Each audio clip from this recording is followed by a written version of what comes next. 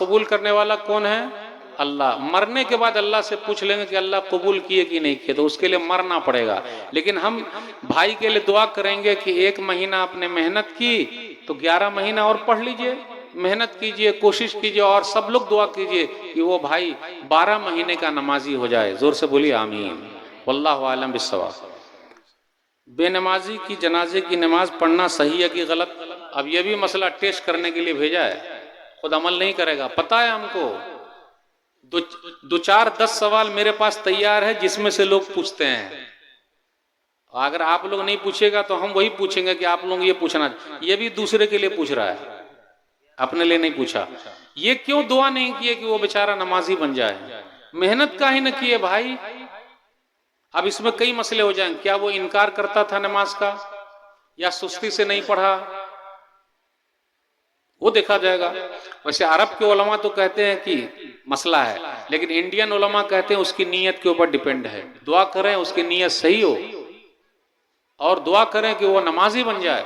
अल्लाह हम सबको नमाजी बनाए रखे। जोर से बोलिए आमीन। शेख, हमारे यहाँ एक रिवाज है कि जब शौहर मर जाए तो बीवी अपने जेवरात उतार देती है, इस मसले का क्या हल है, इसको हल करें। ये सवाल अच्छा है। देखिए, अगर शौहर गुजर जाए तो बीवी अब बनाव सिंगार किसके लिए करेगी? शौहर के लिए करना था, अब तो नहीं करेगी। लेकिन उतार देने वाला मसला ऐसा हमने कहीं पढ़ा ही नहीं। अलबत्ता यह कि खुशबू न लगाए, ज़ैब व ज़ीनत इख्तियार न करे, फिर 4 महीना 10 दिन के बाद वो बन संवर सकती है, लेकिन किसके लिए बनेगी, संवरेगी? अब उसके लिए ज़ैब व ज़ीनत तो है ही नहीं, करना तो है ही नहीं। लेकिन ये उतारने वाला जो मसला है, मुझे ऐसी कोई हदीस नहीं मिली कि सहाबियात ने पूरा उतार के फेंक दिया, अलग कर दिया, वाइट कपड़ा पहनने लगी। जी ऐसा मुझे कुछ नहीं मिला। वल्लाहु आलम बिस्सवाब। अपने लोकल उलमा से भी आप लोग पूछ लीजिए।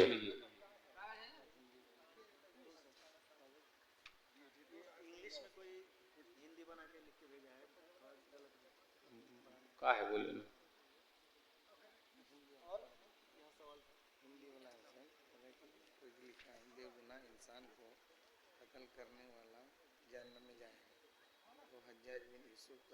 वो गलत बात, ये फालतू सवालात हैं।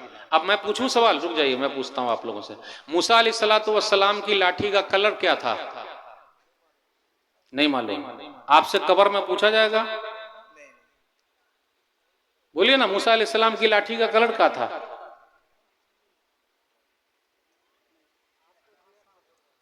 मेरे भाइयों, वो सवालात पूछने हैं जो आपकी जिंदगी के हैं। ये किसी ने नहीं पूछा कि मौली साहब ये बताइए कि फजर का नमाजी मैं कैसे बन जाऊं। मौली साहब ये बताइए, ये सवाल कि ब्याज लेना, सूद लेना मैं कैसे छोड़ दूं। मौली साहब ये बताइए कि मैं मोबाइल में गलत चीज देखता हूं, उसको कैसे सही कर लूं। किसी ने नहीं पूछा। मौली साहब ये बताइए कि दान दहेज लेने का रिवाज हमारे यहाँ, वो छूटेगा कैसे। कुछ भी नहीं किया। क्या पूछेगा? दुआ करना कैसा है, गरचे नमाज नहीं पढ़ेगा।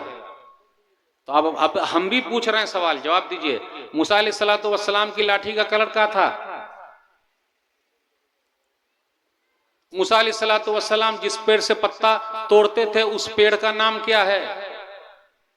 नहीं मालूम। ऐसे सवाल खबर में पूछा जाएगा। चलिए, और कुछ क्या है? नहीं, मुंह वाला सवाल नहीं चलेगा भाई, कागज वाला चलेगा। वो लिख दीजिए, मुंह से पूछेंगे तो लिख दीजिए। वही सवाल आप किसी को बोलिए जो लिखना जानते हैं, उससे लिखवा के लेके आ जाइए, ठीक है? अब देखिए, इसमें भी वही जेवर वाला रिपीट है। किसी का शौहर मर जाने के बाद कितने जो लिखना जानते हैं उसको बोलिए। जेवर खोल के कहाँ रखने वाली हदीस मिली? अब ये कि खुशबू नहीं लगाएगी, ज़ैब व ज़ीनत इख्तियार नहीं करेगी, लेकिन ऐसी कोई हदीस तो मिली नहीं निकालने वाली। सबके पीछे अकेला आदमी की नमाज होगी कि नहीं होगी? पहली बात यह है कि अकेले नमाज नहीं पढ़ना है, सबके दोनों तरफ कम से कम हम और आप गेप रखें, और आखिरी के आदमी आके यहाँ खड़े रहें। पीछे अगर कोई आदमी आ रहा है या वजू बना रहा है तो ये हमको उम्मीद है कि ये उसमें मिल जाएगा, तो हम वैसे खड़े हो सकते हैं ताकि वो मिल जाए। पहले तो ये भी कुछ लोग आगे से पीछे खींचते हैं, लेकिन अभी आप पीछे खींचेगा तो वो मुक्का मार देगा, काय खींच रहा है रे, या आईबे नहीं करेगा, क्योंकि वो बेचारे को मसला नहीं मालूम है। तो पहले लोगों के दिमाग को तैयार करना पड़ेगा, समझाना पड़ेगा मसले मसाइल में, तब उसके बाद इस पर अमल किया जा सकता है। वल्लाहु आलम बिस्सवाब। अब एक सवाल है, कितने किलोमीटर सफर पर जाने पर नमाज को कसर करना है, यानी नमाज को आधी पढ़नी है? मेरे अपने इल्म के मुताबिक 80 किलो 100 किलोमीटर है ना होना चाहिए, लेकिन वो सफर रहे जो थकाने वाला हो, जिस सफर में थकान हो। हम तो लोकल से बहुत दूर दूर तक चले जा रहे हैं, तो एक सफर ऐसा होना जो थकाने वाला हो, तो वहां कसर कर सकते। हाजा माइंदी वल्लाहु आलम बिस्सवाब।